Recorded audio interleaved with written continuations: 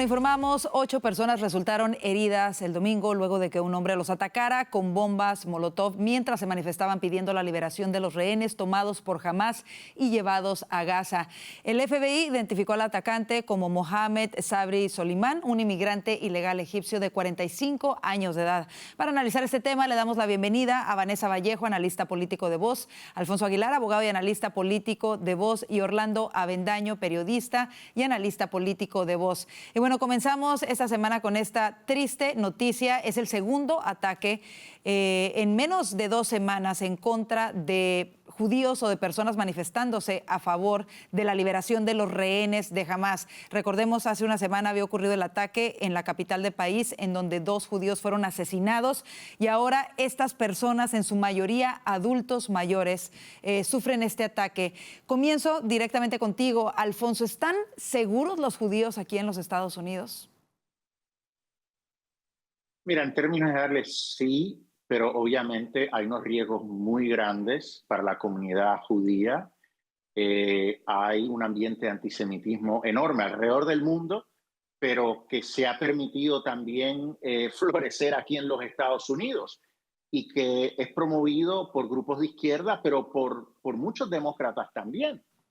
Y crea este ambiente donde este tipo de actos criminales, terroristas, se pueden llevar a cabo. También sabemos que hay intereses extranjeros que se aprovecharon durante los pasados 4 años de la porosa frontera para entrar a los Estados Unidos y que quieren hacerle daño a Estados Unidos y quieren cometer actos terroristas. Ese es el ambiente en el que estamos. Es un ambiente un poco parecido al ambiente que existía antes del 11 de septiembre, hace más de 20 años atrás, porque dejamos entrar a todas estas personas sin chequear exactamente bien quiénes eran, y ahora existen estas amenazas. Por eso es tan importante lo que ha hecho el presidente Trump, no solo cerrar la frontera, pero también ahora tratar de identificar quiénes son las personas que están aquí adentro y remover a los criminales y remover a aquellas personas que quieren hacerle daño a nuestra gente aquí dentro del país. Este individuo entró legalmente con una visa de turista, sobrequedó su visa, pero fíjate qué interesante. Aparentemente, para quedarse en Estados Unidos, el hombre pide asilo, y al pedir asilo le dan un permiso de trabajo. Básicamente, la política establecida es que una persona que pide asilo se le da un permiso de trabajo y no puede ser removida. Entonces, lo que está pidiendo la administración Trump es revisar esos procesos de asilo para que no sean abusados, de manera que personas como esta puedan quedarse en el país. Claramente, esta es una persona que no amerita que se le dé asilo y se quede en Estados Unidos. Es terrible, de verdad. Ahí estamos viendo algunas de las imágenes que fueron grabadas el día de ayer, en donde se ve a este sujeto gritando. Hay imágenes muy gráficas, incluso de una de estas manifestantes en llamas en el piso, gente tratando de ayudarla. Lamentable, de verdad, lo que ocurrió el día de ayer. Y eso nos lleva a preguntarnos si el simple hecho de estar apoyando, por ejemplo, en este caso, pidiendo la liberación de los rehenes que tienen más de un año, casi van a ser 2 años en octubre, de los ataques de Hamás en contra de Israel, simple y sencillamente por pedir la liberación de estos rehenes, fueron blanco de este ataque que hoy el FBI dice que llevaba 1 año de planeación. Vanessa, ¿qué tanta responsabilidad tienen las políticas de la anterior administración, como lo mencionaba Alfonso, de no revisar bien a la gente que ingresó a los Estados Unidos, de facilitar la estadía a cualquier persona que pide un asilo político? Y en este caso también lo que vemos ahora en contraste con esta administración, que está tratando de investigar más antecedentes, incluso de los estudiantes internacionales que precisamente participaron en las manifestaciones pro-Palestina en estas universidades como Harvard. ¿Cómo lo ves, Vanessa? Pues que tenemos millones de personas que no se sabe efectivamente quiénes son, cuáles son sus intenciones o cuál es ni siquiera, digamos, su estado mental en algunos casos. Y eso, por supuesto, es una gran debilidad para Estados Unidos, el tener ya adentro a millones de personas, muchas de ellas efectivamente con permiso de trabajo, incluso en una situación legal, por todos los planes que hizo o por todas las facilidades y planes que sacó adelante la administración Biden para los migrantes. Y eso es una debilidad muy grande para un país que vive este nivel de tensión, particularmente en este tema. Obviamente en otras cuestiones también tenemos, por supuesto, el asunto del tren de Aragua, las pandillas, el terrorismo, pero también este tema de la comunidad judía. Y yo creo que cada vez más son los judíos que acá en Estados Unidos piensan que no están seguros. Yo hablaba hace poco con una amiga mía que es judía y ella me decía que ella ya no lleva su estrella colgada, que ya no habla en hebreo en la calle.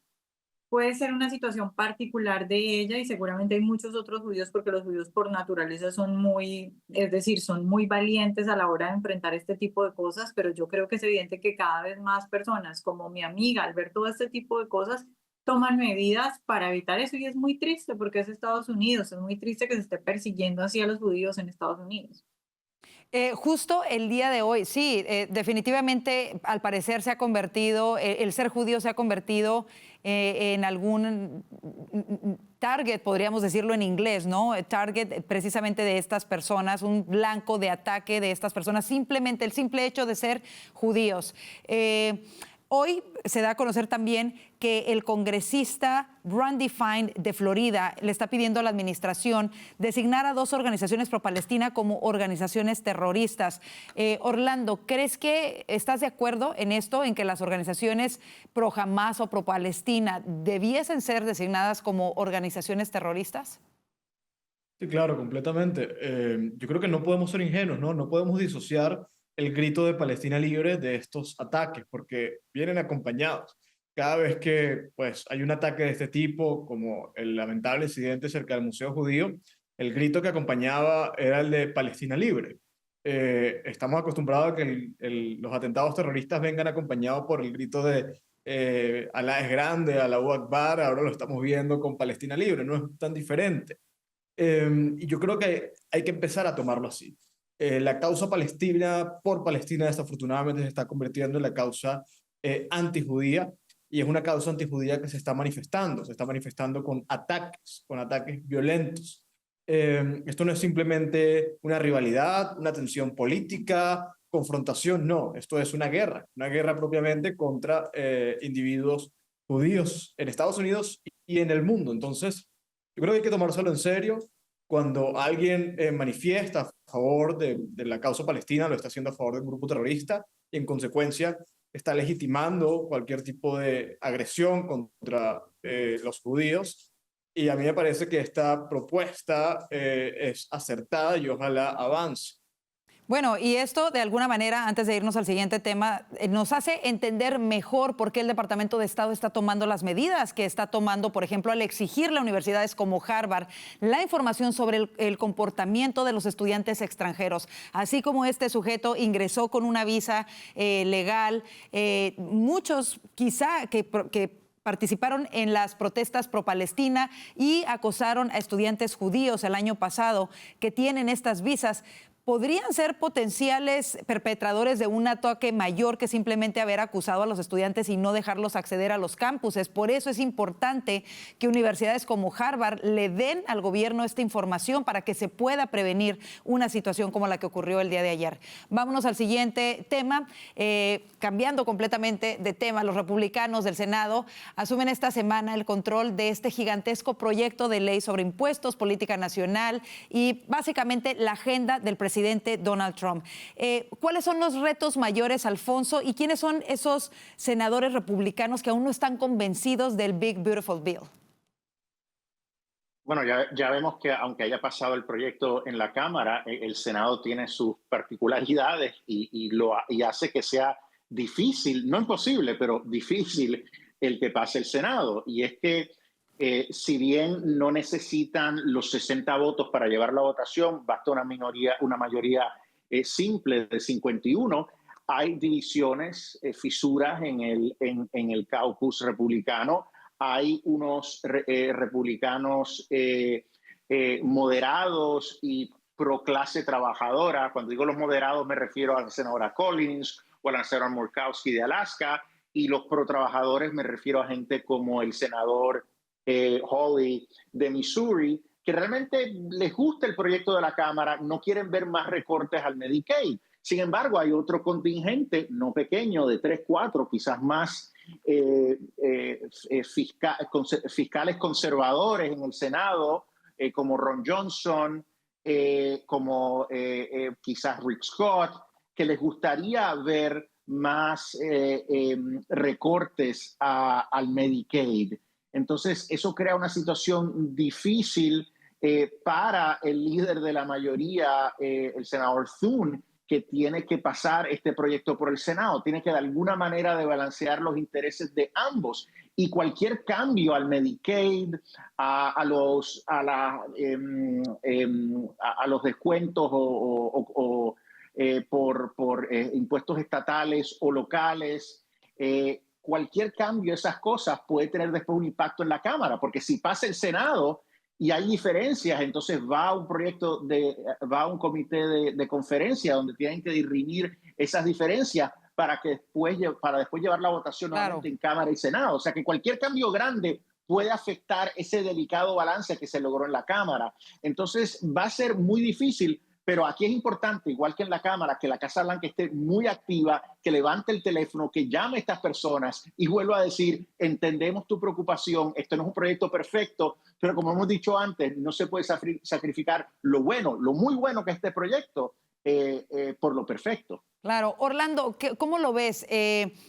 ¿Cuánto tiempo crees que se vaya a quedar atorado en el Senado para que se pueda aprobar? ¿Y crees que se va a poder, que realmente van a haber modificaciones y que en eso tenga que regresar a la Cámara? ¿Cómo lo ves de lo que has escuchado de los senadores que no están completamente convencidos de votar a favor en la manera en la que está ahora mismo?